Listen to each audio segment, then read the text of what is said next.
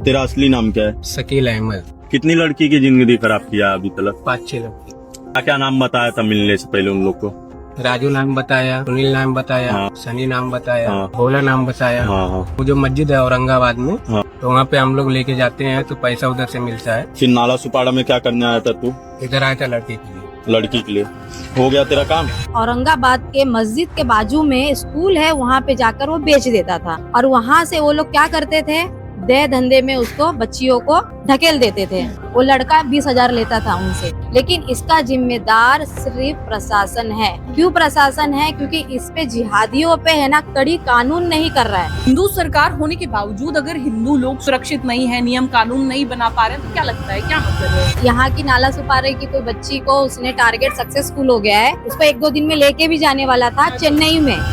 मतलब औरंगाबाद एक जगह नहीं है, मतलब पूरे भारत में इनका एजेंडा चल रहा है और इनका मकसद ही यही है। सिर्फ बोलते ना तरीके अलग है, मकसद एक ही है, एक भी हिंदू लड़की छूटनी नहीं चाहिए। नमस्कार दर्शकों, मैं हूं आदित्य सिंह, मेरे साथ आप सभी देख रहे हैं नेशन नाउ 9। बीते दिनों एक वीडियो जो सोशल मीडिया पर काफी ज्यादा वायरल हुआ, जिसमें एक शख्स जो अपना नाम बदल बदल कर कई लड़कियों को झांसा दे रहा था और बाद में उस लड़की को कहीं बाहर राज्य में ले जाकर देह व्यापार के लिए बेच रहा था।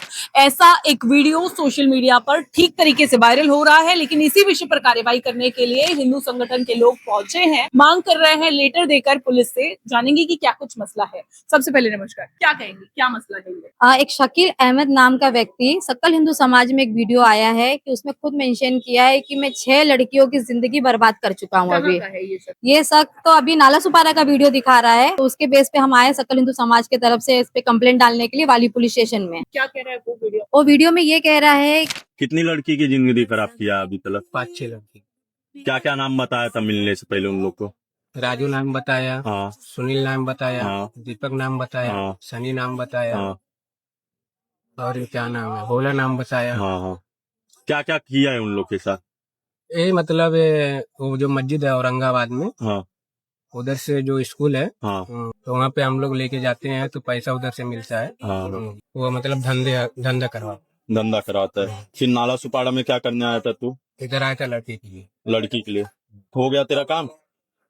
हाँ, हो गया। कि मैं 6 लड़कियों की अब तक जिंदगी बर्बाद कर चुका हूँ, खुद अपने मुंह से बता रहा है और सब जगह अलग अलग नाम बताया उसने। हिंदू का नाम बताकर लड़कियों को टारगेट किया है और टारगेट करने के बाद औरंगाबाद के मस्जिद के बाजू में स्कूल है, वहाँ पे जाकर वो बेच देता था और वहाँ से वो लोग क्या करते थे, दे धंधे में उसको बच्चियों को देह व्यापार में हाँ ढकेल देते थे। वो भी कितने रुपए में? 20,000।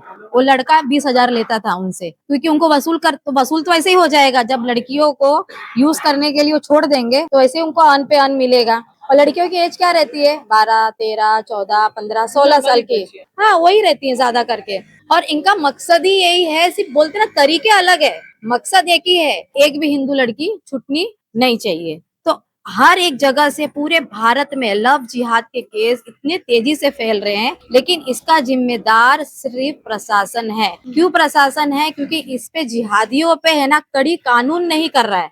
मतलब कोई ऐसा लॉ सख्ती नहीं बरती जा रही, क्योंकि ये लोग का डे बाय डे नियम ऐसा नहीं है, नियम ही नहीं है। कानून और उनका तो ये कानून बनाना तो नेताओं का काम है, और देश में इस समय जो है हिंदू सरकार खुद को कहने वाले, वो लोग राज कर रहे हैं। गृह खाता ये देवा भाऊ के पास में है, जो बीजेपी से हैं। तो हिंदू सरकार होने के बावजूद अगर हिंदू लोग सुरक्षित नहीं है, नियम कानून नहीं बना पा रहे हैं, तो क्या लगता है क्या मतलब है इन देखिए, चीजों का? आप लोग कितने बार कब तक आवाज उठाते रहेंगे? कितने लोगों को बचा पाएंगे आप? अभी वही है ना, मेन क्या है, योगी बाबा जैसा अगर रूल यहाँ पे आ जाए, जितने भी कीड़े मकोड़े हैं वैसे ही बाहर निकल जाएंगे ये। लेकिन यहाँ की जो प्रशासन, भले सेम है दोनों का प्रशासन, यूपी में और यहाँ पे, लेकिन यहाँ की प्रशासन इतनी सख्ती मतलब जिहादियों के लिए कर ही नहीं रही है, स्ट्रिक्टली कानून ला ही नहीं रहा है। अगर लेके आते तो आज ये वारदात डे बाय डे नहीं बढ़ता। जिस तरह यूपी में योगी बाबा ने अभी छांगुर मौलवी को पकड़ा है, इतना बड़ा रैकेट, जो कि पूरे भारत में होंगे ऐसे मौलवी। और दूसरा, अभी रिसेंटली बस्ती के एक जगह पे 301 लड़की को टारगेट किया और ये उत्तर प्रदेश के लिए उदाहरण बन जाता है। महाराष्ट्र के लिए कुछ उदाहरण सेट हो सके, इसके लिए आप लोग क्या कदम? अब यही है, अगर प्रशासन इसमें कुछ एक्शन नहीं करेगी तो पूरा सकल हिंदू समाज इस पे प्रोटेस्ट करेगा, फिर छोड़ेगा नहीं फिर जिहादियों को। क्या फिर आप लोग कभी विधायकों के पास नहीं जाते कि नियम बनवाइए, कानून बनवाइए, या इस तरह की जो चीजें हो रही है उसे रोकने के लिए कोई कदम उठाइए, स्ट्रिक्ट क्योंकि एक दो नहीं, आप लोग खुद कह रहे हैं, आप लोग खुद जमीनी स्तर पर काम कर रहे हैं, देख रहे हैं, हमसे ज्यादा आप जान रहे हैं इस तरह के मसले को। अभी तक तो हम एमएलए के पास गए नहीं हैं फिलहाल सीरियसली, लेकिन अभी हम जाएंगे। ये लास्ट उनको सबको, प्रशासन को, हर एक जगह सबको लेटर देंगे। अगर वो एग्री होते हैं, प्रोटेस्ट अगर नहीं किए तो हम इसके लिए पूरा सकल हिंदू समाज इस पे प्रोटेस्ट करेगा, आंदोलन करेगा। जब तक ये जिहादियों पे कड़ी कानून नहीं बनेगी तब तक हम प्रोटेस्ट छोड़ेंगे नहीं।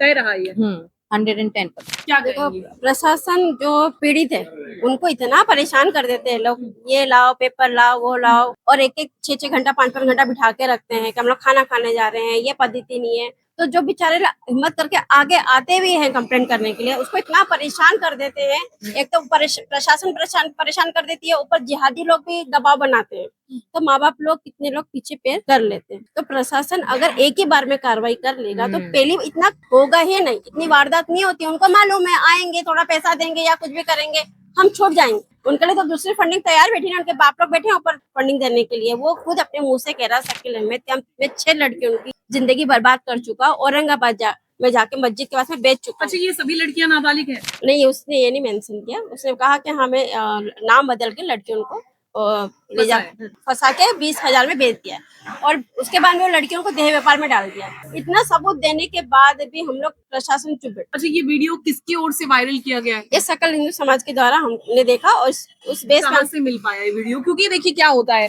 इस तरह का कृत्य करने के बाद इतनी हिमाकत आती कहाँ से है कि इस तरह की कबूल कर रहा है वो सार्वजनिक सोशल मीडिया पर। पता है ना कि अगर मैं कुछ हो भी गया तो मैं छोड़ जाऊंगा। उसमें हिम्मत उसको पैसे की है, और वो 6 लड़कियों को मतलब जिंदगी बर्बाद करने के बाद भी इतनी हिम्मत से कह रहा है, क्योंकि उसको पता है 2-3 महीना जेल में रहूंगा, उसके बाद मैं फिर छोड़ जाऊंगा, फिर कांड करूंगा, फिर 20-25 लाख में मिल जाएंगे। ये भी मेंशन किया है कि यहाँ की नाला सुपारे की कोई बच्ची को उसने टारगेट सक्सेसफुल हो गया है, उसको 1-2 दिन में लेके भी जाने वाला था चेन्नई में। अच्छा, मतलब अड्डा एक जगह नहीं है, हाँ, चेन्नई में लेके जा, सब सेटअप हो गया। मतलब नाला सुपारा की बच्ची को वो चेन्नई लेके जाने वाला था। मतलब औरंगाबाद एक जगह नहीं है, मतलब पूरे भारत में इनका एजेंडा चल रहा है। अब मस्जिद के आसपास या मस्जिद में ये लड़कियां सप्लाई हो रही हैं, और उसी के रेफरेंस से बच्चियां बेची जा रही हैं। आप सोचिए कितना बड़ा रैकेट है। अगर ये पकड़ा नहीं गया तो आने वाले दिनों में हमारी एक भी हिंदू बच्चियां सेफ नहीं रहेंगी।